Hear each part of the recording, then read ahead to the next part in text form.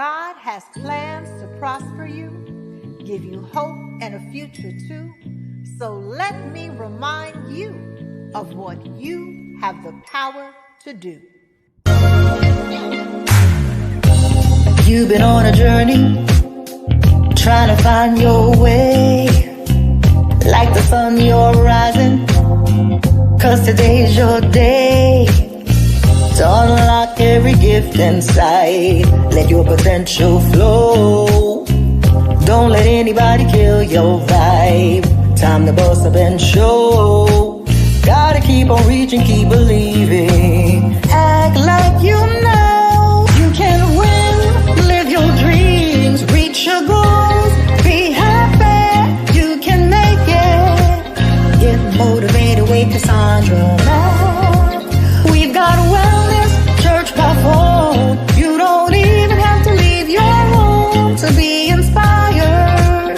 To rise a little higher with Cassandra Mack. They said you'd never make it, but you're still here. Kept on pushing through all your doubts and fears. Never let a hater see you sweat. Remember who you are. When they go low, let them reap what they sow while you go far. Gotta keep on reaching, keep believing. Baby, shine like a star. You can win, live your dreams, reach your goals. Be happy, you can make it. Get motivated with Cassandra Mack. If you got haters, they gon' hate. Keep your head up and just be great. It's your season, your winning season with Cassandra Mack. Rise up, time to get on your grind. Go after your dreams, no time to fall behind. Push till the end and never give in. It's your winning season, get ready to win. Keep moving forward and never look back. It's time to get motivated with Cassandra Mack. You can win, live your dreams, reach your goals. Be happy, you can make it. Get motivated with Cassandra Mack. We've got wellness, church by phone. You don't even have to leave your home to be inspired. To rise a little higher with Cassandra Mack.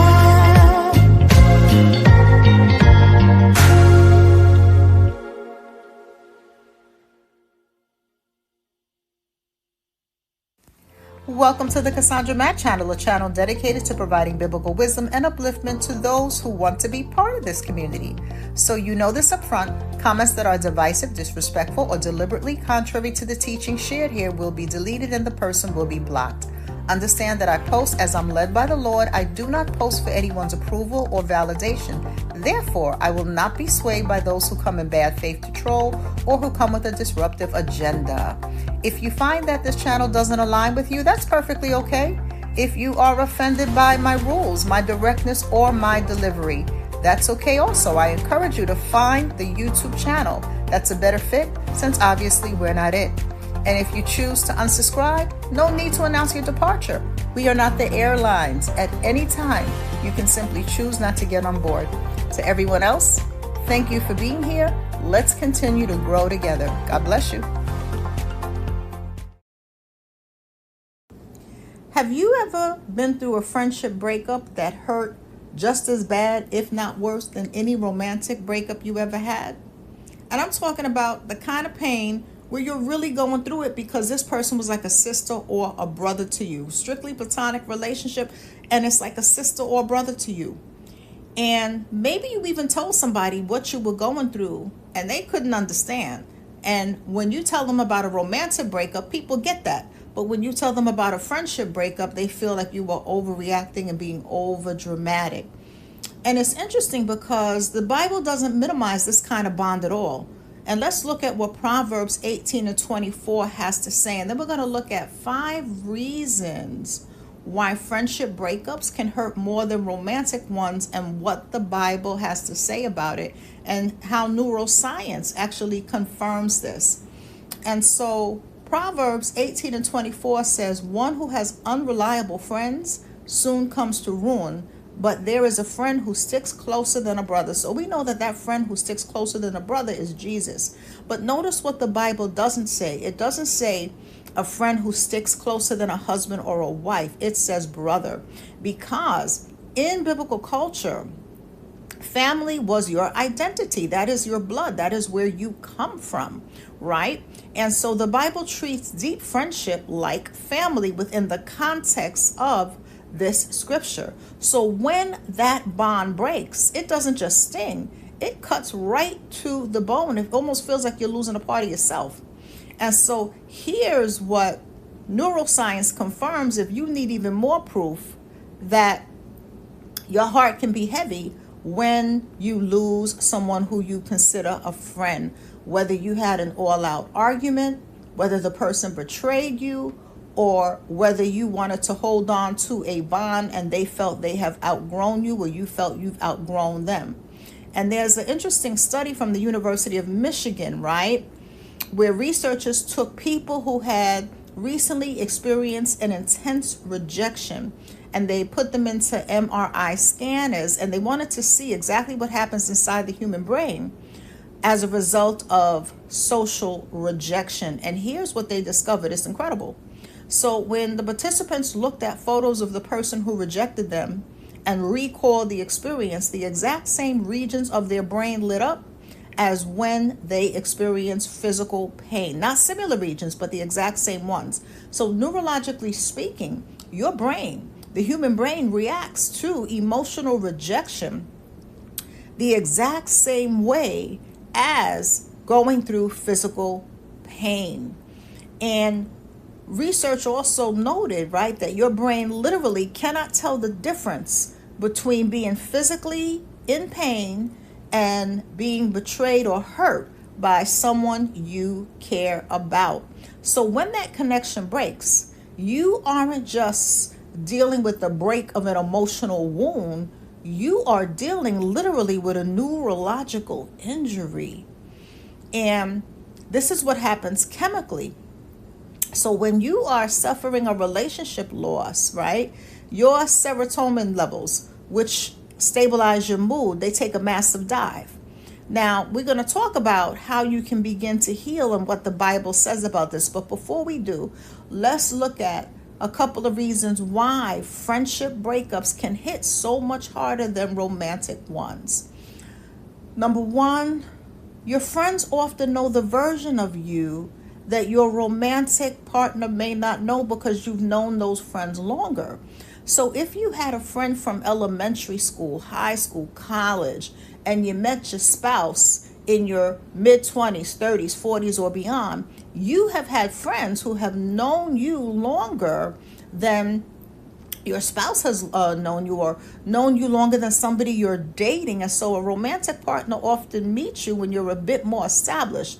But a true friend, they're seeing you in the playground. You know, they're seeing you in the monkey bars.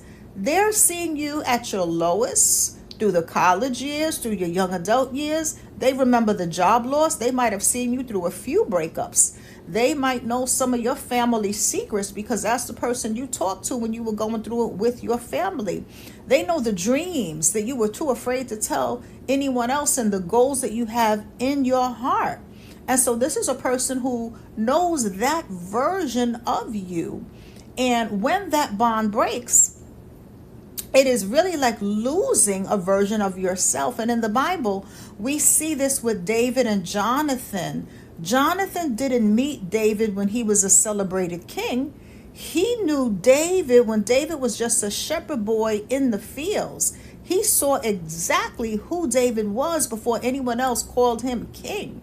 And he knew David as fighting in the army for his father, King Saul. And so they had a friendship before David had everybody around him celebrating him. So that's a person who knows the version of you when you're in the wilderness, who knows the version of you when life is raining on you, who knows the version of you when you were feeling insecure and unsure.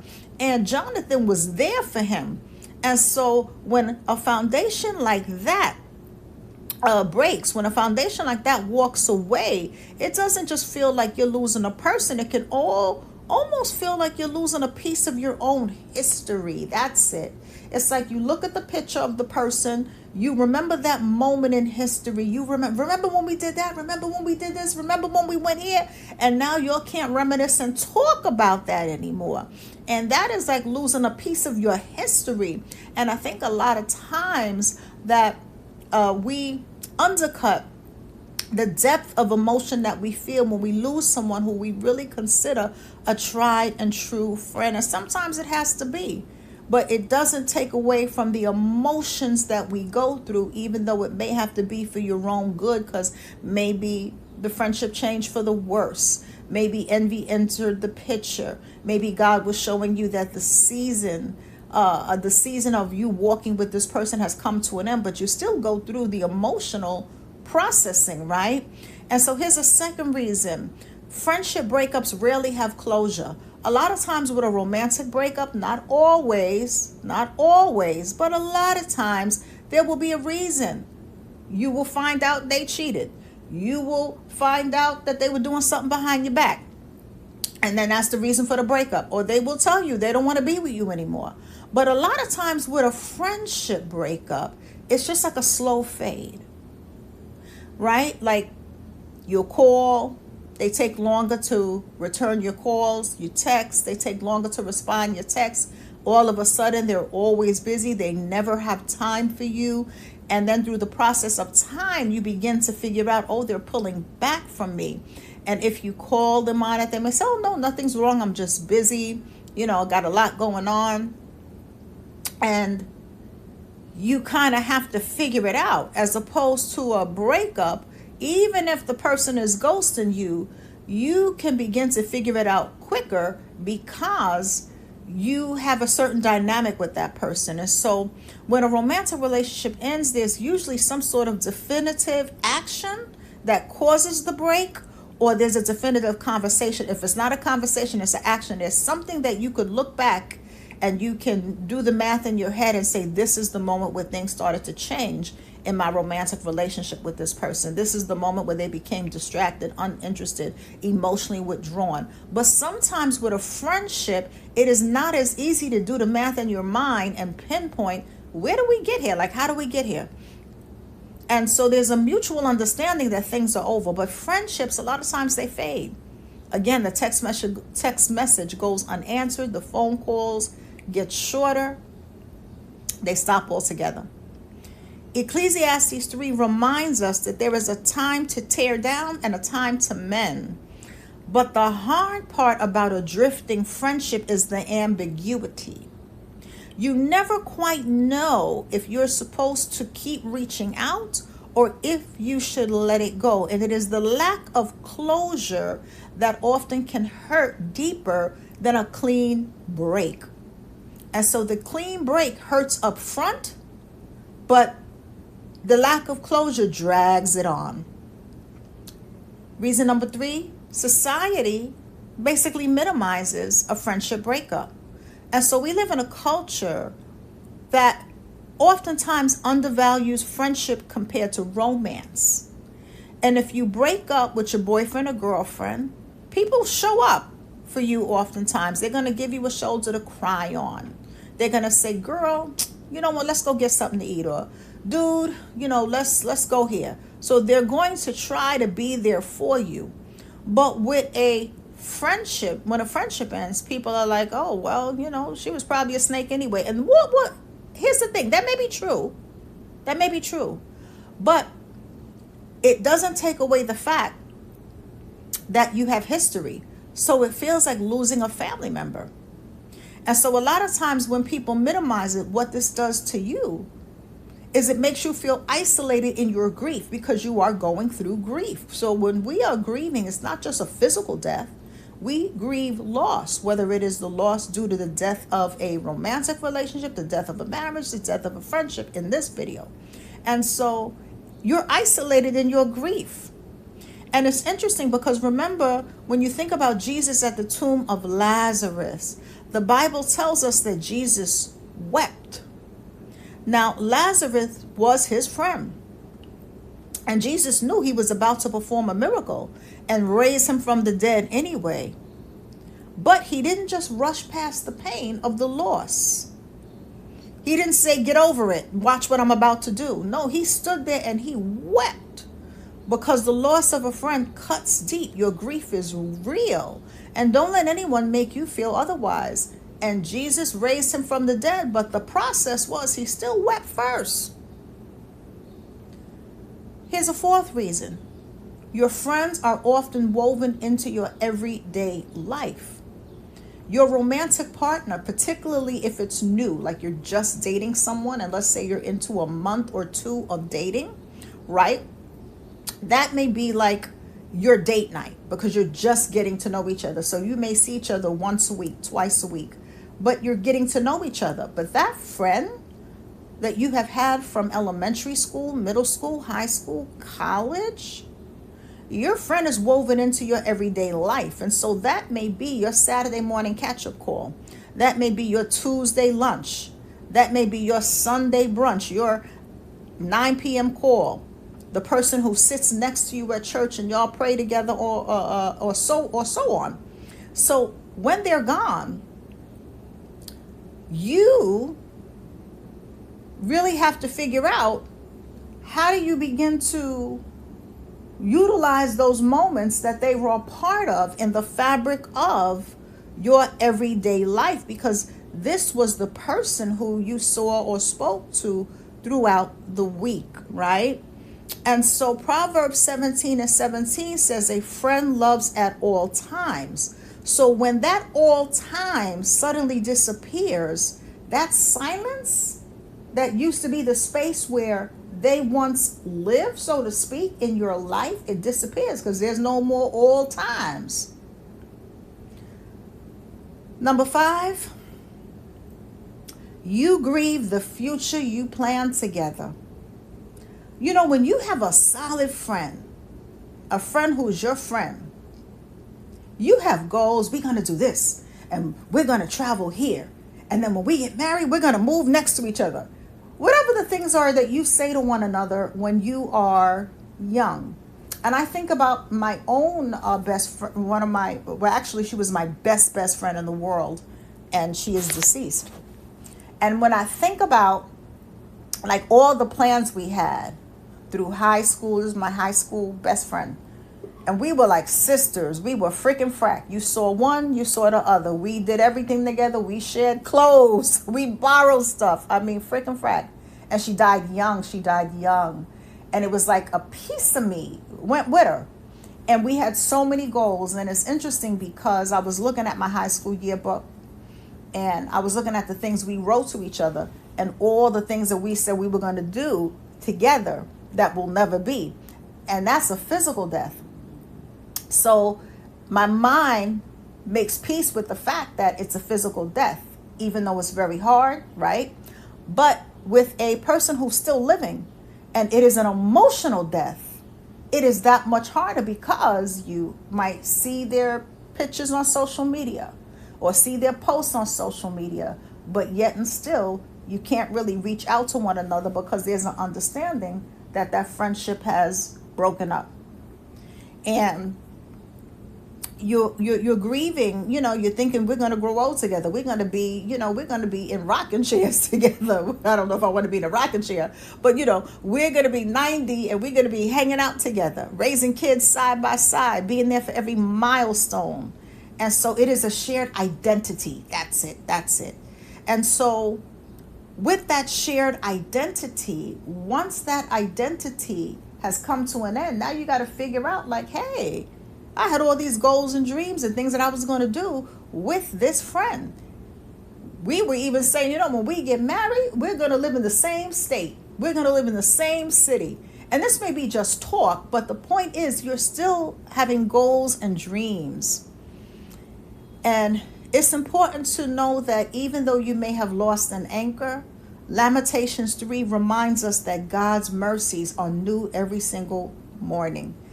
God is the true anchor. He is the friend who will never leave, because we always have a friend in Jesus. And so I want to close by saying that if you're hurting from a friendship breakup today, here's what I want you to know. God sees your tears. In John 15:15 in the Bible, Jesus calls you his friend. And he is the only one who will never leave you. And so, if you need to, say a prayer for the friendship you lost. Not necessarily for the friendship to be reconciled, because that might not be God's will. But just say a prayer for the friend you lost. Pray that God's will be done in that situation. And then pray one word that describes what you need most from God right now in that hurt. Just pray one word. Do you need peace? Do you need connection? Do you need joy? Write it down. Actually, put it in the comments. Put the one word in the comments, and I'm going to pray over your word. I'm going to pray over your word. So put that one word in the comment that you need from God right now, and I'm going to stand with you in prayer as a result of that friendship. Those are the prayers I'm going to be praying over. Those are the things I'm going to be praying over in the comments. So put that word in there of what it is that you need. And so with that being said, keep your head up and know that God can send you purpose partners. You always hear me talk a lot about purpose partners. God can send you people who are aligned with you for this season of your life. And sometimes we have to go in a season of solitude so that God can pour into us. But there will be a time where you will begin to connect with your tribe. And so with that being said, I want to let you know about what we have going on outside of the general public videos. And so I would encourage you to join the Wellness Club, because the Wellness Club is a safe space. It's a therapeutic group, not therapy, but a therapeutic group. And what we do is we meet twice a month by telephone conference call, the first and third Wednesday of every month. And we focus on mental self-care, emotional healing, issues just like this, but we go into deep dives through a biblical lens. And not only are you speaking with me live on the phone, but so much more important than that, you have an opportunity to come up to the mic and to share what's on your heart specific to the day's topic on that day.